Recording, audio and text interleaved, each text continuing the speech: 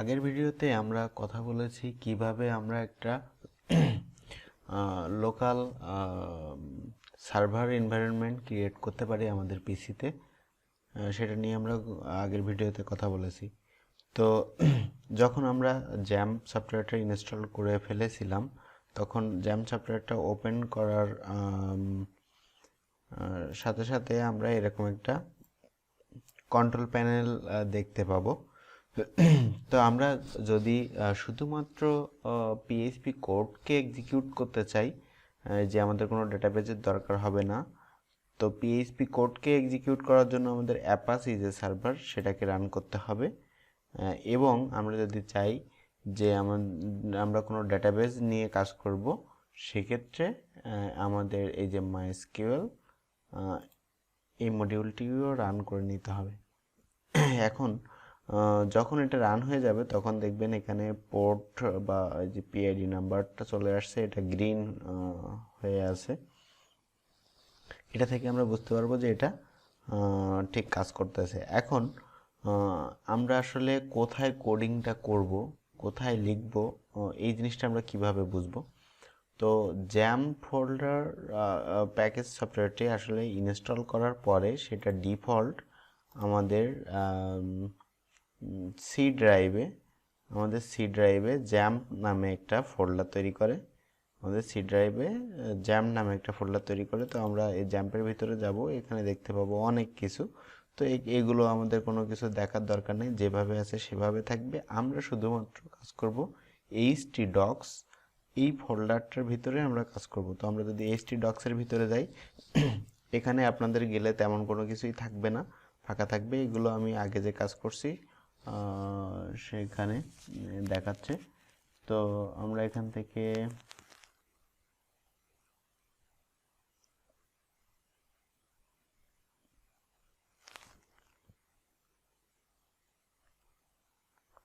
PHP Laravel এটাতে ভিতরে চলে গেলাম। আমি একটা ফোল্ডার আগে থেকে ক্রিয়েট করে রাখছি। আপনারা চাইলে মানে এখান থেকে ফোল্ডারটা হচ্ছে নতুন করে ক্রিয়েট করে নেবেন। আপনাদের এখানে এর ভিতরে কিছুই থাকবে না, এটা আমি দিয়ে রাখছি এই কারণে যাতে আপনারা কোডটা গিটহাবের আমার এই রিপোজিটরিতে গেলে পেয়ে যান। এইটা আমি ডেসক্রিপশন বক্সে দিয়ে দেব। আমরা যে কাজগুলো প্র্যাকটিস করব সেগুলো ডে টু ডে সব এখানে আপনারা কোডটা পেয়ে যাবেন। ঠিক আছে, এই কোডটা নিয়ে আপনারা প্র্যাকটিস করতে পারবেন। আচ্ছা, আর এখানে কোড লেখার জন্য আমি এডিটর হিসেবে যে সফটওয়্যারটা ব্যবহার করতেছি সেটা হলো ভিজুয়াল স্টুডিও কোড। আপনি চাইলে যে কোনো একটি এডিটর, সাবলাইম টেক্সট হোক, আপনার অ্যাটম হোক, নোটপ্যাড প্লাস প্লাস, যে কোনো ধরনের সফটওয়্যার, পিএইচপি স্ট্রম, আপনি যে কোনো সফটওয়্যার ইউজ করতে পারেন, কোনো সমস্যা নেই। আচ্ছা, তো আমি ভিজুয়াল স্টুডিও কোডে আমি পিএইচপি লারাভেল যে ফোল্ডারটা আছে সেটা আমি ওপেন করে রাখছি। তো এখানে আমি একটা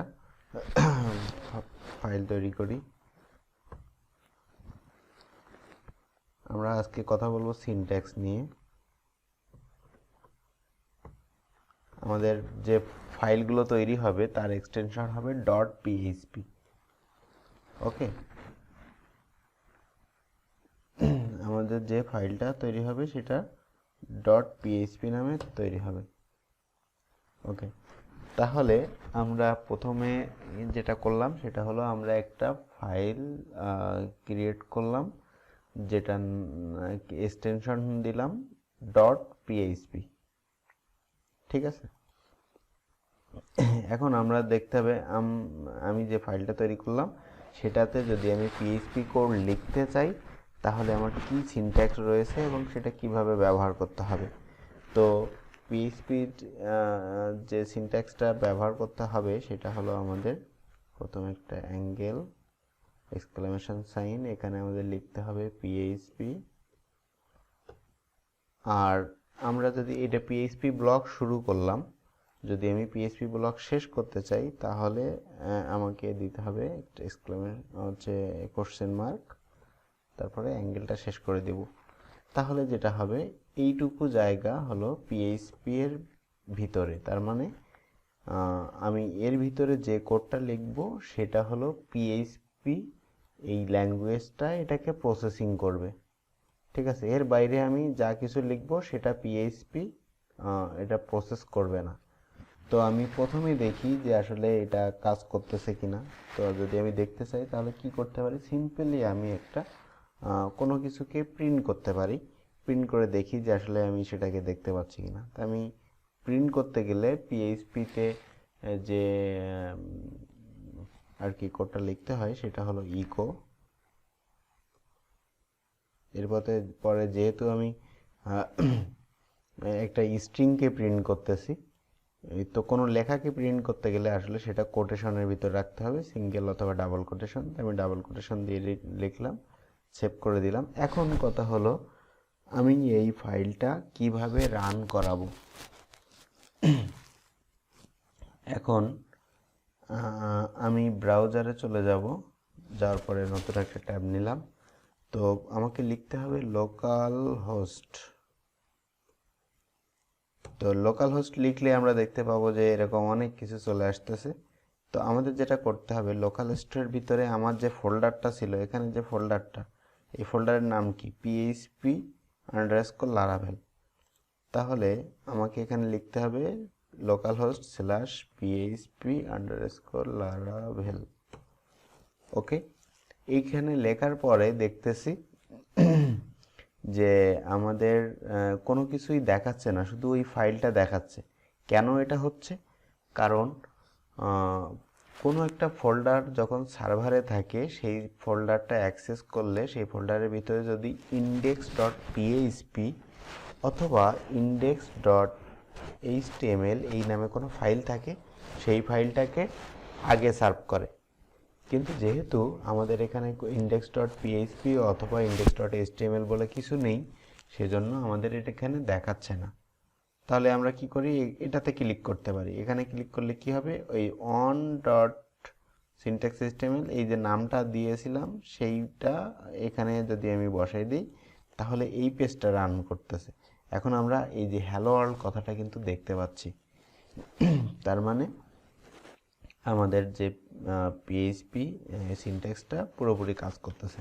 এখন দেখেন ব্যাপার যেটা, সেটা হলো আমরা একটু দেখি আমাদের এই যে নিচে যে আমরা ক্লোজিং সিনট্যাক্সটা লিখছিলাম সেটা কিন্তু নেই, তারপরেও কাজ করতেছে। কেন কাজ করতেছে? কারণ আমি এই যে পিএইচপি সিনট্যাক্সটা শুরু করেছি, পিএইচপি এটা চিন্তাই করে নিচ্ছে যে আমি এর নিচ থেকে যতগুলো লিখতেছি সব কিছুই পিএইচপির ভিতরে আছে। এখন মনে করেন আমি পিএইচপি না এরকম কোনো কিছু লিখলাম, সাপোজ আমি এরকম একটা লেখা লিখলাম, এই লেখাটা কিন্তু দেখেন আমার এডিটরই বলতেছে যে এটা ইরর। ঠিক আছে, যে এটা কোনো কিছু মিনিং নাই পিএইচপিতে। কিন্তু কখন মিনিং নাই, এখন আমি এর বাইরে কি কিছু লিখতে পারবো না। এখন যদি আমি সেভ করে রান করি, তাহলে দেখেন সে আমাকে একটা ইরর জেনারেট করতেছে যে আসলে এরকম কিছু হয় না। তো যদি আমি এটা এখানে শেষ করে দিতাম, দেওয়ার পরে আমি সেভ করতাম, দেখেন এখন কিন্তু আর ইররটা নাই। তাহলে যে কাজটা হবে, পিএইচপি দিয়ে এই লেখাটা প্রিন্ট হবে, আর তার বাইরে যা ইচ্ছা আমি করতে পারি। ঠিক আছে, দেখেন একসাথে চলে আসছে। তাহলে ব্যাপারটা কি হলো, যে আমরা যদি চাই যে কোনো একটা ব্লক আমি পিএইচপির বাইরে কোনো কোড লিখব, যেমন এই জিনিসটা কি, এটা কিন্তু চাইলে আমি এখানে এইচটিএমএল লিখতে পারি। আপনারা এইচটিএমএল এর হয়তো এইচ ট্যাগ পি ট্যাগ সম্পর্কে জানেন। তো আমি যদি এখানে লিখি,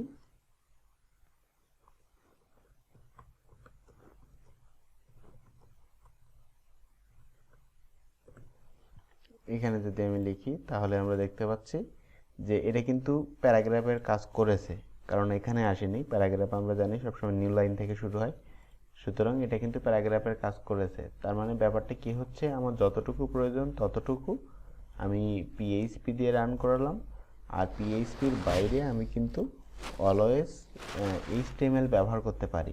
তার মানে এই পেজের ভিতরে আমি যে পিএইচপি না লিখেও পুরোটা কিন্তু এইচটিএমএল করতেও পারি। সেক্ষেত্রে কোনো সমস্যা নেই। দেখেন যদি আমি একটু এভাবে লিখি, সাপোজ আমি HTML5 এর একটা মার্কআপ নিয়ে আসি। এখন আমি যদি এখানে সাপোজ একটা h2 দিই যাতে বড় করে দেখা যায়,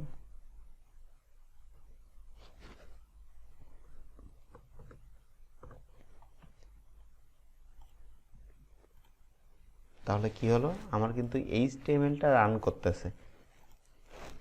ব্যাপারটা কি হচ্ছে, তাহলে আমি PHP একটা ফাইলের ভিতরে কিন্তু আমি HTML-কে রান করাতে পারবো। ঠিক আছে, HTML-কে রান করাতে পারবো। এখন আমি যদি চাই যে এইটুকু জায়গার পরিবর্তে এইটুকু লেখাটা আমি হাতে লিখে দেব না, এই লেখাটা আসবে PHP-র মাধ্যমে, সেক্ষেত্রে আমি যেটা করতে পারি, এইটুকু জায়গার জন্য আমি, মনে আছে তো না PHP এক্সটেনশন কিভাবে নিতে হয়, এভাবে দিয়ে শুরু করতে হবে, তারপরে কি লিখতে হবে, ইকো প্রিন্ট দিতে গেলে কোটেশন দিতে হবে, যেহেতু একটা স্ট্রিং ওয়েলকাম, এটাকে অবশ্যই শেষ করতে হবে, এই সেমিকোলন দিতে হবে, কিন্তু দেওয়ার পরে একটা ইরর জেনারেট করতেছে, কারণ বলতেছে PHP-তে এই জিনিসটা কোনো কিছু নাই। সুতরাং আমাকে কি করতে হবে, PHP-টা যেহেতু শুরু করছিলাম, PHP-টা এখানে শেষ করতে হবে। যেই আমি শেষ করে দিলাম, সেই কিন্তু আর ইররটা নাই। তাহলে কি হবে, আমি একটা HTML ট্যাগের ভিতরে আমি কি করলাম, এই ওয়েলকাম কথাটুকু PHP-র মাধ্যমে প্রিন্ট করালাম। এখন আমি দেখি আগের মতো আমার আউটপুটটা আসতেছে কিনা। দেখেন কোনো প্রকার কোনো চেঞ্জ নেই। তাহলে আমরা কি বুঝতে পারলাম, আমরা PHP-র ভিতরে চাইলে HTML লিখতে পারবো, HTML-এর ভিতরে PHP লিখতে পারবো, কিন্তু অবশ্যই PHP-র যদি ভিতরে অন্য কোনো HTML বা কোনো কিছু থাকে, তখন আমাকে এটা শেষ করতে হবে। আবার আমি আরেকটা ভাবে PHP-র ভিতরে HTML-কে রেন্ডার করতে পারি। কিভাবে, সরাসরি যদি আমি H2-টা এখানে না দিয়ে এই যে কোটেশনের ভিতরে দিয়ে দিতাম, সেক্ষেত্রে কিন্তু PHP-র ভিতরে HTML রান করতে পারবে। তার মানে আমি কিন্তু HTML-কেও ইকো করতে পারবো, HTML-কেও আউটপুটে শো করতে পারবো। দেখেন একই রকম রেজাল্ট, কোনো কিন্তু চেঞ্জ নেই। তাহলে আমরা প্রথমে থেকে কি করলাম, আমরা এটা হচ্ছে একটা ফাইল ক্রিয়েট করলাম যে কোনো নাম দিয়ে, কারণ আর আমরা একটা জিনিস দেখলাম যে কোনো ফোল্ডারের ভিতরে যদি index.html বা index.php না থাকে, তাহলে সেই ফোল্ডারের নাম লিখলে, মানে এইখানে সার্ভারে রিকোয়েস্ট করলে সেটা কিন্তু কোনো কিছুই শো করে না। তো যেহেতু আমাদের ইন্ডেক্স বলে কিছু নেই, আমরা 1 2 3 করে সিরিয়ালি রাখতেছি, এই জন্য আমরা এই পেজটাকে এখানে ক্লিক করছিলাম, তখন চলে আসছে। আমি আবার দেখাই, আমাদের এরকম করে আসছিল, কোনো কিছুই আসে নাই। তো আমি এখানে যখন ক্লিক করলাম, তখন এই পেজটা রান হলো, তখন আমি আউটপুটটা দেখতে পাইলাম। তো আশা করতেছি সবাই এটুকু প্র্যাকটিস করবেন, আর সামনে আমরা আরও কোনো কিছু নিয়ে, আরও অনেক টপিক নিয়ে আলোচনা করব। আর আপনারা এই কোডটা গিটহাবের এখানে পেয়ে যাবেন, প্রত্যেক দিনের কোডটা এখানে পেয়ে যাবেন। ওকে, থ্যাংক ইউ, দেখা হবে পরের ভিডিওতে।